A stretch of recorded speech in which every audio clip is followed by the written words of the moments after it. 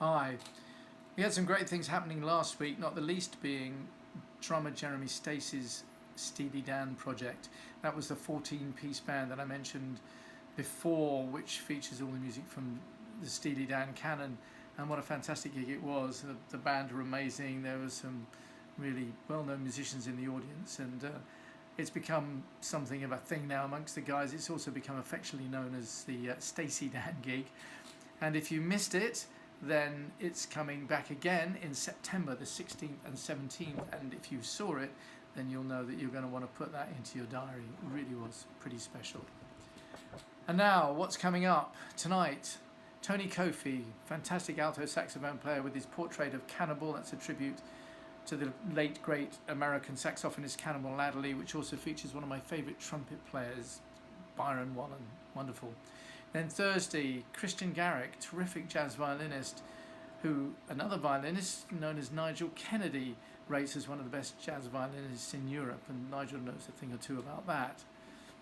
Friday, we have the lovely Beverly Skeet. We love Bev here, and she's a wonderful groove soul singer, best known as the lead singer with Bill Wyman's Rhythm Kings.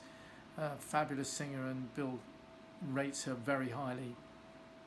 Then on Saturday, Ed Jones, great saxophone player who's been around since the late 80s, early 90s, a really, really beautiful melodic player, knows his stuff, again, well worth catching. Sunday evening, that's an interesting one. Earl Oakin, singer, guitarist, and also pianist.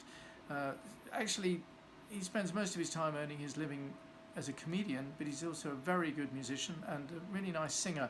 He specialises in Brazilian music, bossa nova, and he'll be doing his thing this coming Sunday. That's a lovely gig, actually. If you like Brazilian music in particular, it's well worth catching. Monday, we have Anique. She's a terrific singer-songwriter who's also a very good soul singer, but in this guise, she'll be singing a lot of her own original material, and very, very good it is too. She's a lovely, lovely singer, great lass, and again, really worth catching. And then on Tuesday, next Tuesday, the bass player Andy Lafone. Andy is originally from Uruguay, but he's been in this country for many years now, since the early 90s, and a very good friend of mine. I've worked with him many times over the years. Fabulous Latin bass player, probably known best in this country for his work with Snowboy, who's a classic Latin percussion player with his band. It's a really, really nice band, that. Coming up, Wednesday the 18th sees a visit from an old friend of mine, Paul Moran, who's a terrific organ player with his quartet. As well as being a fantastic jazz player, Paul is probably best known as the musical director for Van Morrison. He moves in pretty august circles, so you can expect some really, really terrific musicians coming down to check out the gig, and it wouldn't surprise me if a few of them sit in as well. That's definitely going to be worth catching.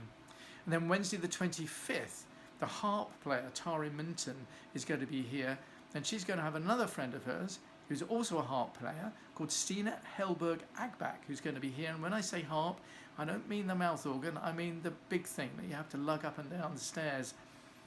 So we're going to have two harp players on that night, Wednesday the 25th. They're going to be alternating sets, so Tara will be doing the first one and Stina will be doing the second, and then they've said that they're going to play together. So I think we can safely assume that that will be a world premiere. Two harp players playing together at the 606 Club, and now that you can't miss. And that's it for now. I'm off to see what those pesky musicians are up to downstairs. See you at the club.